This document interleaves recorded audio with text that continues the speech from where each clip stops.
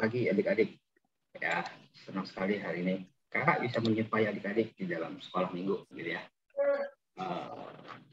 Minggu lalu kita sudah merayakan Paskah. Jadi hari ini kita akan belajar satu tema lagi, yaitu makna kenaikan Kristus ke surga. Ya, tema yang sudah kakak tulis. Seperti apa sih nanti kita akan belajar. Tapi sebelum kita mempersiapkan hati kita dulu untuk mendengarkan firman Tuhan yang diambil dari Yohanes 3 ayat 13. Yohanes 3:13 berbunyi, tidak ada seorang pun yang telah naik ke surga selain daripada Dia yang telah turun dari surga, yaitu Anak Manusia. Gitu ya. Jadi ayat ini menegaskan kalau yang naik ke surga itu benar-benar Tuhan, karena Tuhan sudah turun ke dalam dunia, sudah lahir gitu ya, sudah mati dan bangkit, dan Dia sudah naik ke surga. Kita mau menyambut ayat Alkitab hari ini dengan lagu Selamat Pagi Bapa.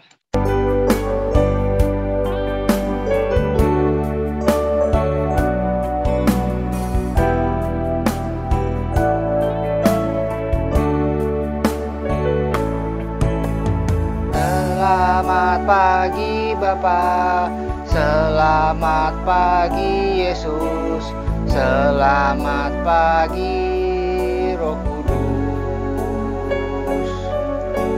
Terima kasih atas anugerah-Mu, semalam telah berlalu. Ku memuji, ku bersyukur, memuliakan nama-Mu.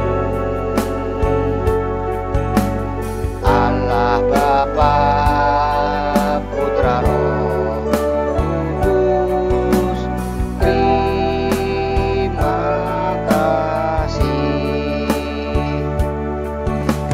Selamat pagi Bapa, selamat pagi Yesus, selamat pagi Roh Kudus.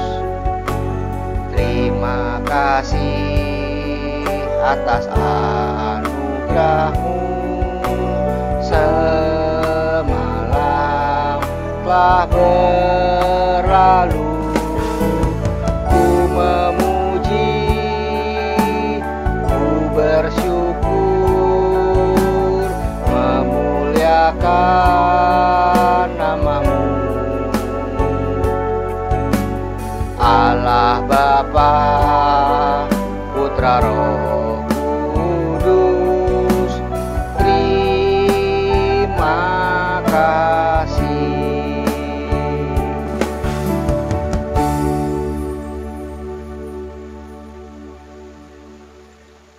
Adik-adik, kita akan membuka ibadah kita hari ini dengan berdoa. Mari kita berdoa. Tuhan Allah Bapa kami yang bertahta di dalam kerajaan surga, terima kasih Tuhan, hari ini Engkau kembali mengumpulkan kami tempat ini di ruangan Zoom di tempat kami masing-masing untuk mengikuti ibadah kelas tunas ya Tuhan. Engkau pindah berkatlah jaringan yang kami pakai, Engkau pindah berkatlah kami, hati kami masing-masing, berkatlah hamba-Mu maupun kasuci yang jalan membuka firman Tuhan. Tuhan, kami juga berdoa untuk rekan kami yang belum bergabung, biar rekan kami bisa bergabung. Dan Yesus kami berdoa, amin. Oke adik-adik, yang tadi tema kita ini makna kenaikan Kristus ke surga. Gitu ya. Yesus sudah lahir, Yesus sudah mati, Yesus sudah bangkit. Sekarang Yesus naik. Apa sih artinya Yesus kenaikan Yesus buat kita gitu ya? Mungkin setelah sekian tahun adik-adik sekolah minggu sering dibahas gitu ya. Setelah Paskah akan belajar seperti ini. Mungkin kita hari ini mau lihat lagi makna Yesus ke surga buat kita apa sih? Apa yang terjadi setelah Yesus naik ke surga? Apa yang harus kita lakukan setelah Yesus ke surga? Nanti kita akan belajar gitu ya. Tapi yang seperti lagu ini mengatakan dengan kenaikan Yesus ke surga gitu ya. Yesus sudah menang. Yesus sudah menang dari apa? Yesus sudah bangkit, Yesus bangkit, menang dari dosa. Yesus naik ke surga, itu tanda Yesus akan mempersiapkan tempat bagi kita gitu ya. Kita menyanyikan lagu ini kemenang-kemenang sebagai lagu pernyataan kita karena Yesus sudah bangkit dan menang atas kuasa dosa.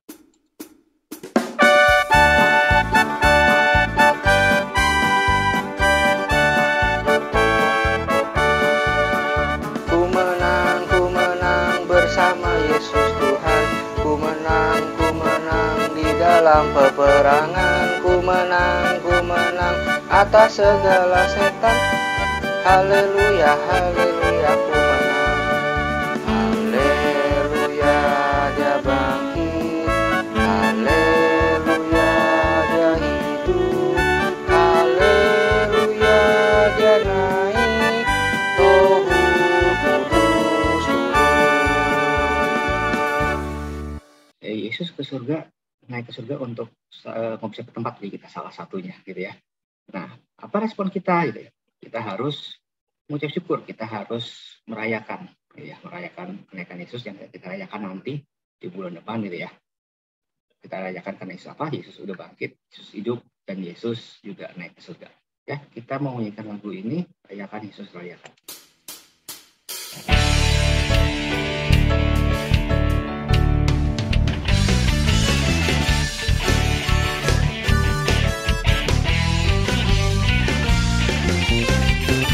Rayakan Yesus, rayakan. Rayakan Yesus, rayakan. Rayakan Yesus, rayakan. Rayakan Yesus, rayakan. Dia bangkit, dia bangkit dan hidup selamanya. Dia bangkit, dia bangkit. Marilah rayakan kebangkitan Tuhan kita. Rayakan Yesus, rayakan. Rayakan Yesus, rayakan. Rayakan Yesus, rayakan. Rayakan Yesus, rayakan. Dia bangkit, dia bangkit dan hidup selamanya. Dia bangkit, dia bangkit. Marilah rayakan kebangkitan Tuhan kita. Dia bangkit, dia bangkit dan hidup selamanya. Dia bangkit, dia bangkit. Marilah rayakan, marilah rayakan, marilah rayakan kebangkitan Tuhan kita.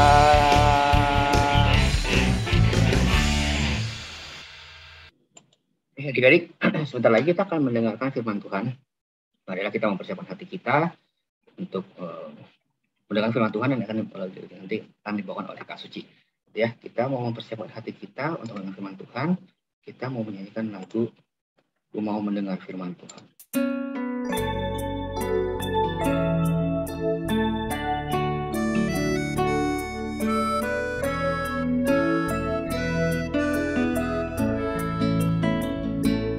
Ku mau mendengar firman Tuhan, hati dan telingaku siapkan. Berbicaralah ya Tuhan, aku siap mendengarkan. Ku mau mendengar firman Tuhan, hati dan telingaku siapkan. Berbicaralah ya Tuhan, aku siap mendengarkan.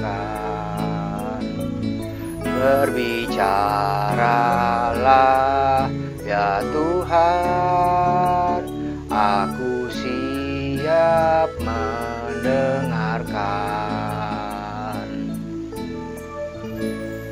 kepada Kak Suci, saya persilakan.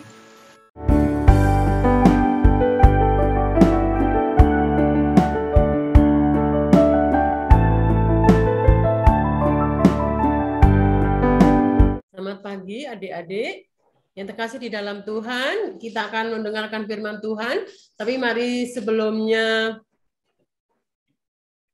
kita berdoa. Betapa seringnya kami lamban untuk mendengar firman Tuhan, baik mengerti apalagi melakukan. Tapi Tuhan, kami mau mohon pertolongan dari-Mu, kekuatan dari Tuhan, hikmat dari Tuhan untuk boleh mendengarkan firman Tuhan. Hati kami siap, telinga kami siap. Terlebih Tuhan, berikan kepada hamba-Mu yang jauh dari sempurna untuk bisa menyampaikan kedalaman firman Tuhan dengan bahasa yang bisa mudah untuk kami mengerti. Dan terlebih Tuhan, berikan setiap kami kekuatan untuk menjadi pelaku firman Tuhan yang baik, sehingga melalui hidup kami, nama Tuhan boleh dimuliakan. Terima kasih Bapa, di dalam satu nama Tuhan Yesus, kami sudah berdoa dan bersyukur. Amin. Adik-adik, hari Jumat dan minggu yang lalu kita baru saja memperingati Jumat Agung dan Paskah. Nah, hari ini kita akan berbicara tentang kenaikan Tuhan Yesus ke sorga. Ya, firman Tuhan akan diambil dari Lukas 24 ayat 50 sampai 53. Kakak mau minta tolong Jesselyn Alis dari Tunase untuk membacakan firman Tuhan buat kita semua. Lukas 24 ayat 50 sampai 53. Lalu Yesus membawa mereka ke keluar kota sampai dekat Betania. Di situ ia mengangkat tangannya dan memberkati mereka. Dan ketika ia sedang memberkati mereka, ia berpisah dari mereka dan terangkat ke sorga. Mereka sujud menyembah kepadanya. Lalu mereka pulang ke Yerusalem dengan sangat bersukacita. Mereka senantiasa berada dalam bait Allah dan memuliakan Allah. Ya, adik-adik terima kasih. Adik-adik, iman kita pada Tuhan Yesus terus dibangun melalui peringatan akan peristiwa-peristiwa imani yang kita, adik-adik pasti sudah mengalaminya semua. Nah, ini gambar apa? Natal, ya, Natal ya. Jadi adik-adik nanti coba peristiwa Natal adalah peristiwa di mana kita bersuka cita semua. Orang bersuka cita karena ada bayi Yesus yang lahir, karena ada Allah yang turun ke dalam dunia, karena terang itu menjadi manusia dalam Kristus. Tapi apakah hanya berhenti sampai di situ? Nah, ini gambar apa? Ada yang bisa tahu? Adik bisa buka chat. Ini peristiwa apa? Ada yang tahu? Joel mungkin tahu, Joel? Orang. Ini peristiwa apa yang gambar kedua? Perjamuan kudus. Ya, tadi siapa jawab? Terima kasih. Perjamuan kudus terakhir adalah malam sebelum Tuhan Yesus disalibkan, ditangkap dan disalibkan. Kemudian kita di peristiwa ini nanti ada doa Tuhan di Getsemane di mana Tuhan bergumul antara mau melakukan kehendak Allah atau tidak, ya. Kemudian Tuhan Yesus mengalami penderitaan dari menuju kayu salib sampai mati di Golgota yang baru kita peringati pada hari Jumat minggu lalu. Adik-adik, peristiwa Natal tidak akan ada artinya tanpa Tuhan menyelesaikannya sampai di kayu salib. Peristiwa Natal hanya akan menjadi sukacita, hanya bayi biasa yang lahir, tanpa Yesus mau menjalani hidupnya ketaatan dan taat sampai mati di kayu salib. Untuk menebus dosa kita, untuk menjadi pendamaian bagi kita, untuk menggantikan upah dosa kita. Kalau dunia menawarkan paket hemat, Allah menawarkan apa? Kita pernah belajar paket lengkap. Lengkap dalam diri Tuhan Yesus. Dia menjalani kehidupan yang harusnya kita jalani. Menjalani penghukuman yang harusnya kita terima. Kemudian Yesus bangkit. Kita rayakan ya minggu lalu Paskah. Nah, adik-adik, kita akan sebentar lagi kita akan merayakan apa ini? Satu lagi gambar. Nah, ini adalah kenaikan Tuhan Yesus ke sorga. Tadi kita udah baca ayatnya dari Lukas 24 ayat 50 sampai 53. Adik-adik, kenaikan Tuhan Yesus ke surga merupakan ujung karyanya di dunia ini. Ya, tadi ayat 51 dikatakan, dan ketika ia sedang memberkati mereka, ia berpisah dari mereka dan terangkat ke sorga.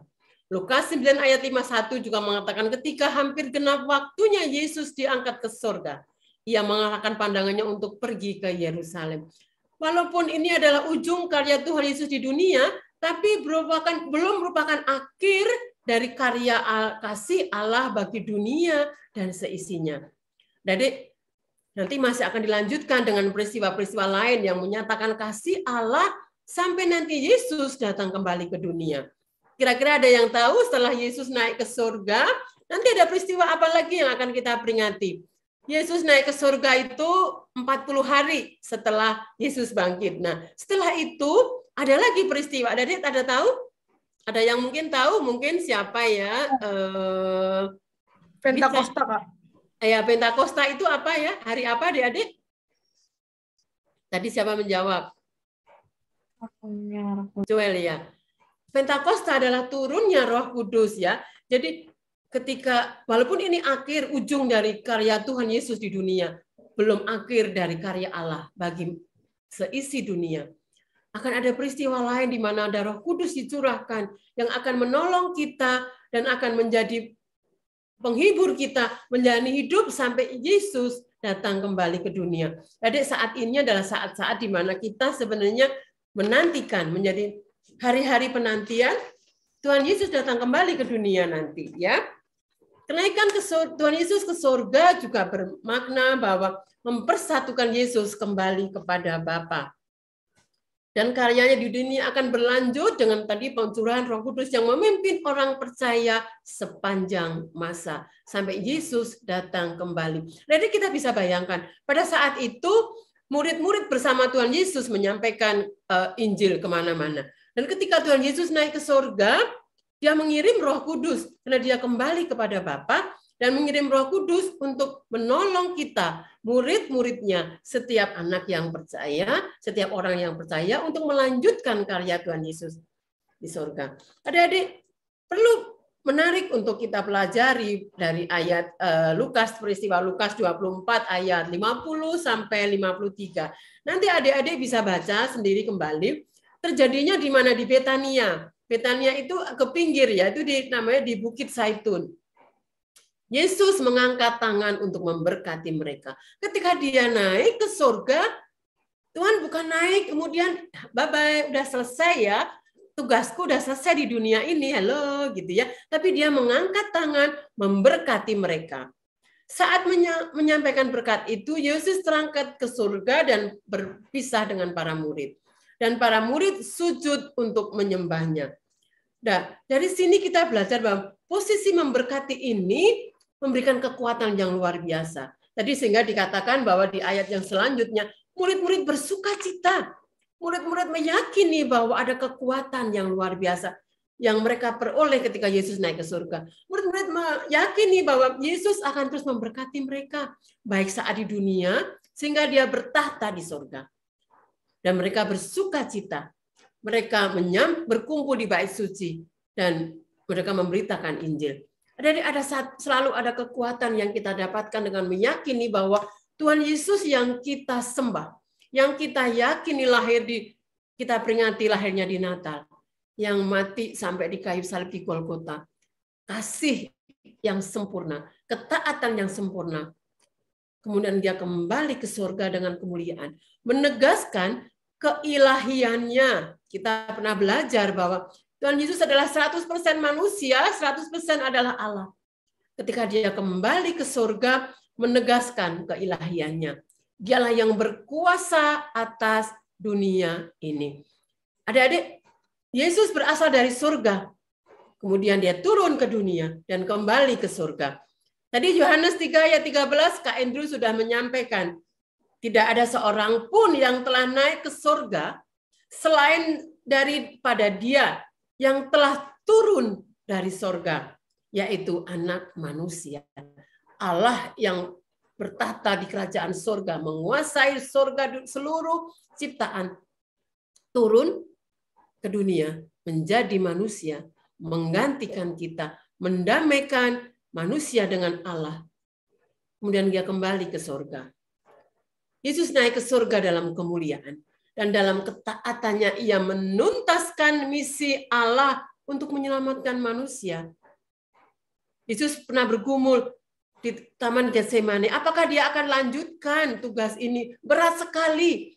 Harus disiksa, sendirian ditinggalkan dalam ketakutan, dalam kesendirian, dihina, diejek. Padahal dia adalah Allah yang Maha Kuasa.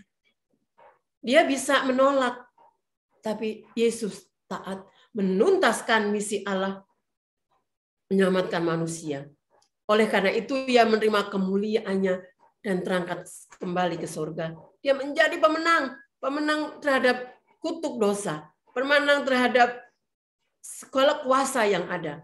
Adik-adik, bukankah setiap kita punya misi?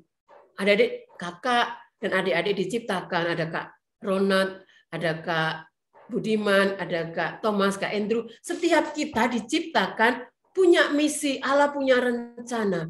Jadi hidup kita bukan sekedar rencana kita, mimpi kita, tujuan kita, tapi ada rencana Allah dalam hidup kita, melalui kita.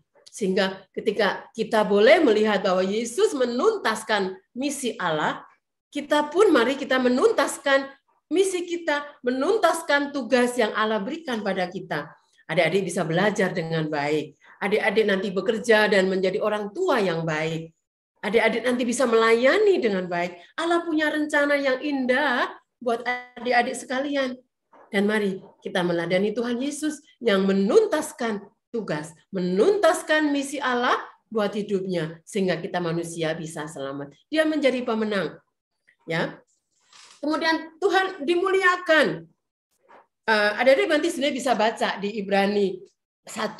Kakak akan bacakan Ibrani 1 tapi ayat 3 saja, 3 sampai 4 ya mungkin ya. Kakak bacakan buat adik-adik. Ia adalah cahaya kemuliaan Allah dan gambar wujud Allah dan menopang segala yang ada dengan firman-Nya penuh kekuasaan. Dan setelah ia selesai mengadakan penyucian dosa, ia duduk di sebelah kanan yang maha besar, di tempat yang tinggi, jauh lebih tinggi daripada malaikat-malaikat, sama seperti nama yang dikaruniakan kepadanya, jauh lebih indah daripada nama-nama mereka. Dan ayat 6 dikatakan, dan ia ketika membawa anaknya yang sulung ke dunia berkata, semua malaikat Allah harus menyembah dia. Ya, adik-adik, jadi Yesus naik ke surga, Yesus dimuliakan. Kemudian Yesus juga tadi dikatakan naik surga duduk sebelah kanan Allah. Markus 16 ayat 19 mengatakan sesudah Tuhan Yesus berbicara demikian pada mereka, terangkatlah ia ke surga, lalu duduk di sebelah kanan Allah. Artinya apa duduk sebelah kanan Allah? Jadi duduk sebelah Allah bukan berarti bahwa dia duduk sebelah kanannya gitu ya. Itu adalah sebuah simbolis, ada sebuah simbol bahwa seseorang yang duduk di sebelah kanan bertahta itu adalah orang yang berbagi kuasa, orang yang berbagi otoritas, orang yang punya otoritas yang sama. Jadi ketika dia duduk di sebelah kanan Allah Bapa, artinya dia duduk dalam sikap memerintah. Dia punya otoritas Allah, dia punya kuasa Allah. Sebab sekarang ia menguasai kerajaannya. Ia yang berkuasa kerajaannya. Dia melambangkan wibawa. Duduk di sebelah kanan Allah juga bahwa dia melambangkan wibawa kedaulatan yang diberikan kepadanya atas kuasa segala sesuatu yang dipercayakan. Duduk di sebelah kanan Allah artinya dia dipermuliakan dengan kemuliaan yang dimilikinya sebelum dunia ada. Dia kembali karena dia adalah Allah yang menjadi manusia. Dia kembali dalam otoritasnya sebagai Allah. Raja yang berdaulat, raja yang berkuasa, Allah Bapa pencipta dan kuasa langit bumi dengan segala kuasanya. Ya, duduk di sebelah kanan Allah. Kemudian apa artinya lagi? Yesus naik ke surga.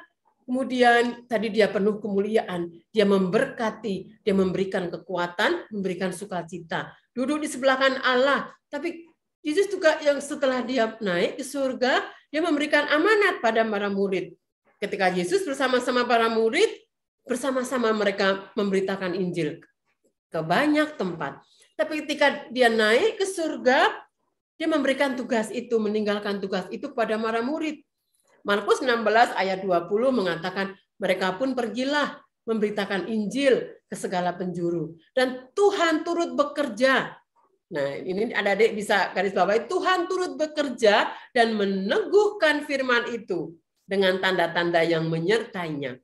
Nanti adik-adik juga bisa baca dari Matius 29 ayat 28 ayat 19 sampai 20. Ini adalah amanat agung yang ketika Tuhan Yesus naik, dia memberikan tugas itu pada para murid.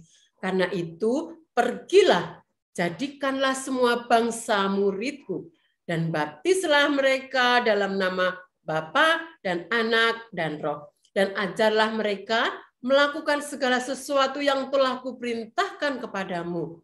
Nah, ini yang paling menguatkan. Dan ketahuilah, aku menyertai kamu senantiasa. Sampai kapan? Sampai kepada akhir zaman. Seperti Yesus waktu itu naik dan memberikan amanat bagi para murid. Sekarang amanat itu pun diberikan pada kita, adik-adik. Menjadi pemberita Injil. Dan Yesus akan memberikan kekuatan. Pergilah, adik-adik, memberitakan Injil bukan berarti bahwa kita harus khotbah di mana-mana. Tidak juga harus bahwa adik-adik menjadi pendeta. Kak, aku nggak pandai bicara. Tapi memberitakan Injil melalui kehidupan kita masing-masing. Kalau adik-adik menjadi anak, jadilah anak yang baik, yang taat dan turut pada orang tua. Adik-adik menjadi murid sekolah minggu dan nanti menjadi remaja, jadilah anggota gereja yang sungguh melayani Tuhan. Adik-adik menjadi murid di sekolah, jadilah anak yang rajin. Sehingga melalui hidup kita, Injil dinyatakan. Melalui hidup kita, kasih Tuhan dinyatakan. Dan orang akan melihat kemuliaan Tuhan melalui hidup kita. Adik-adik bisa menjadi guru sekolah minggu nanti besar. Bisa menjadi penginjil, bisa menjadi pengkhotbah, pembicara. Tapi yang lebih utama juga, bukankah kita menjadi pemberita Injil melalui kehidupan kita sehari-hari. Adik-adik bisa melakukan dari hal yang paling sederhana. Ya, membantu orang tua, taat kepada guru, rajin belajar, sayang kepada teman, sahabat. Minggu lalu kita belajar, sayang kepada mungkin yang membantu di rumah. Setiap orang yang Tuhan percayakan dekat dengan kita, sekitar kita, sayangi mereka sebagai wujud kita menyayangi Tuhan, sebagai wujud kita memberitakan kasih dan Injil Tuhan dalam dunia ini, sehingga Injil bisa diberitakan ke banyak orang dan orang mau bertobat. Adik-adik, begitu banyak orang bertobat bukan hanya karena mendengarkan khotbah, tapi begitu banyak orang bertobat karena melihat kehidupan kita, sehingga mereka mengingat Tuhan Yesus yang dia sembah itu seperti apa. Dan mereka mau mengenal Tuhan. Ya, Tuhan Yesus memberikan amanat pada murid. Dan itu berlaku juga untuk kita. Bukan hanya itu, Tuhan Yesus naik ke surga maknanya apa? Dia bukan hanya pergi, terus ninggalin kita, bye-bye gitu ya. Tapi dia memberikan Roh Kudus.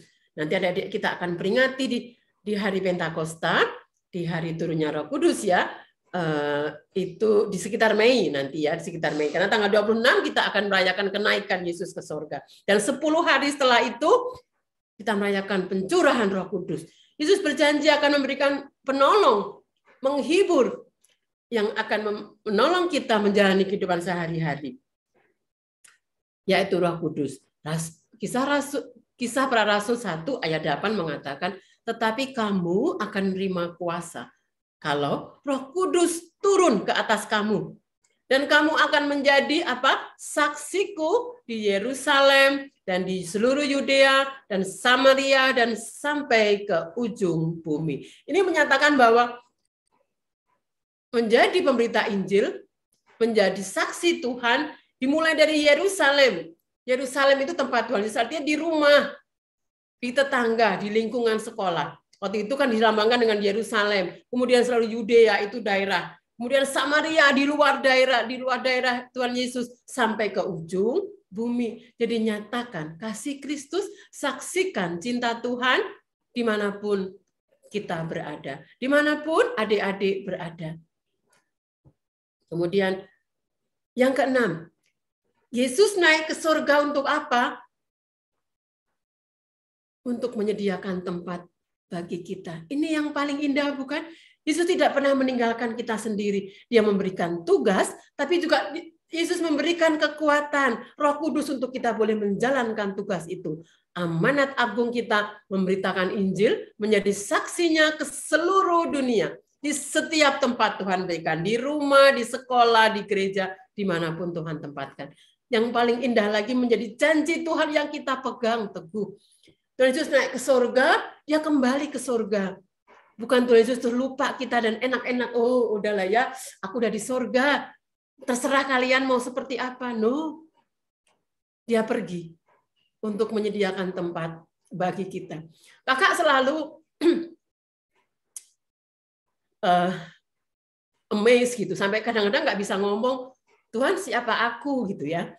Tuhan engkau pergi, engkau mati, engkau bangkit, kemudian engkau kembali, dan Tuhan menyediakan tempat bagi kita di surga. Adik Yohanes 4 ayat 1 dan 3, adik boleh pegang ayat ini dengan baik sehingga kita boleh setia kepada Tuhan. Dia mengatakan janganlah gelisah hatimu. Percayalah kepada Allah. Percaya juga kepadaku. Di rumah Bapakku banyak tempat tinggal. Jika tidak demikian, tentu aku mengatakannya kepadamu. Sebab aku pergi ke situ untuk apa? Adik ingat, untuk menyediakan tempat bagimu. Bagi siapa? Adik-adik dan kita yang percaya dan diberi kekuatan oleh Tuhan untuk setia menjalankan tugas, setia menuntaskan tugas. Aku pergi ke situ untuk menyediakan tempat bagimu.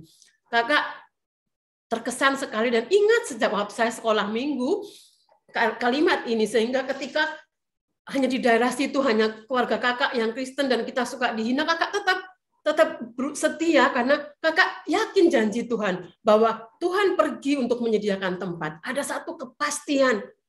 Jadi enggak mudah-mudahan nanti aku masuk surga. Mudah-mudahan aku diterima oleh Allah Bapa. Kalau orang lain berdoa, semoga diterima oleh Allah yang Maha Kuasa. No. Ada janji.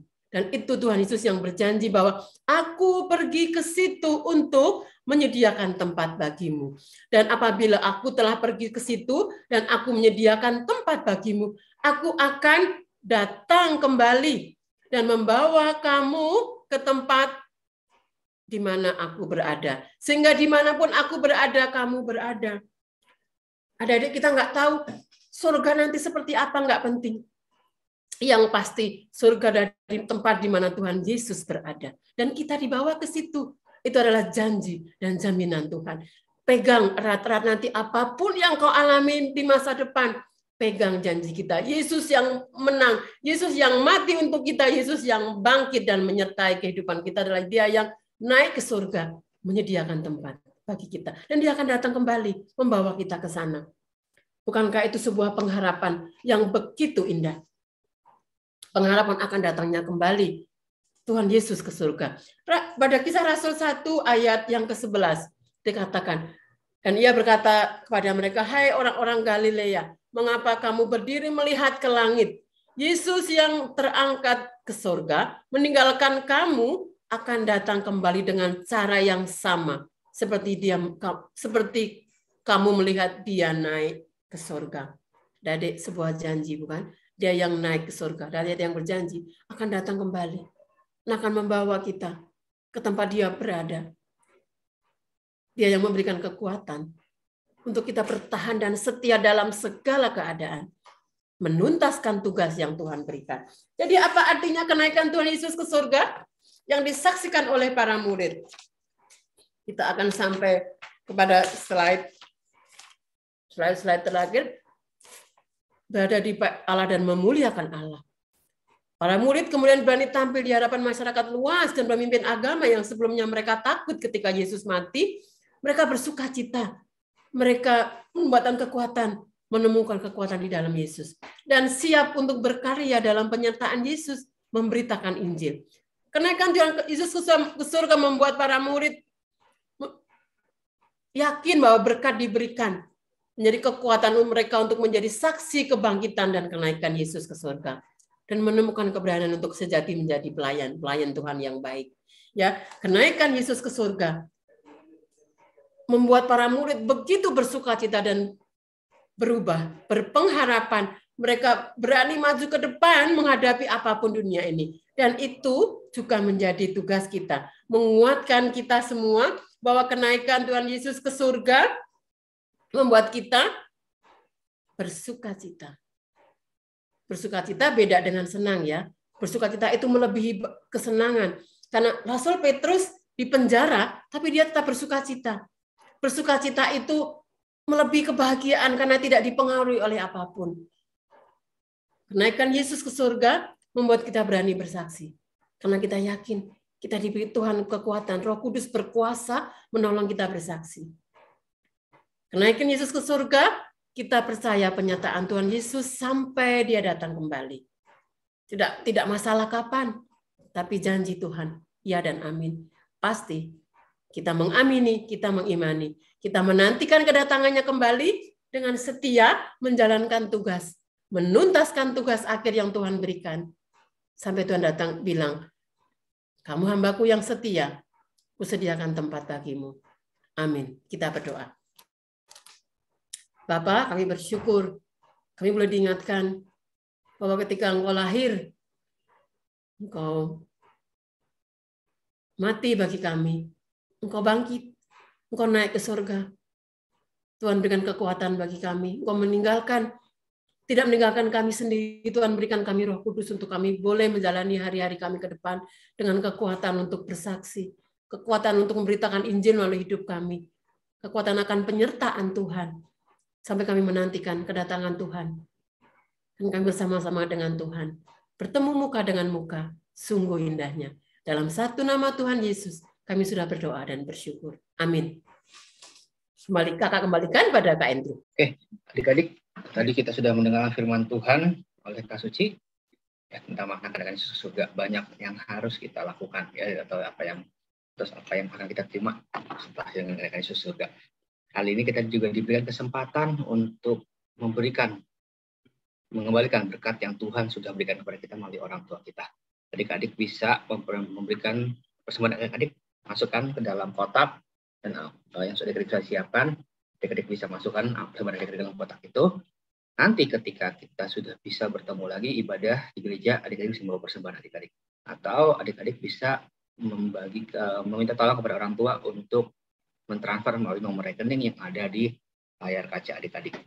Ya. Kita akan menyambut persembahan kita hari ini dengan pujian Bawa Persembahan.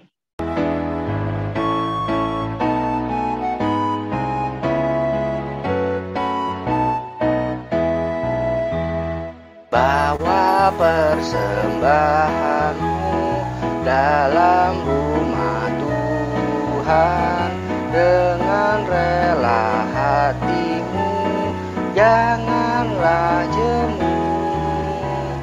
Bawa persembahanmu, bawa dengan suka, bawa persembahanmu, tanda sukacitamu, bawa persembahanmu, ucaplah syukur.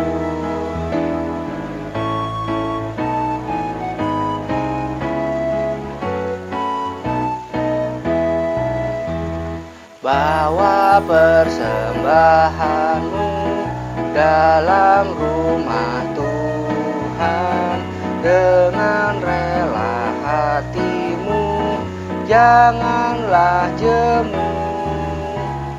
Bawa persembahanmu, bawa dengan suka, bawa persembahanmu, tanda sukacitamu, bawa persembahanmu, ucaplah syukur.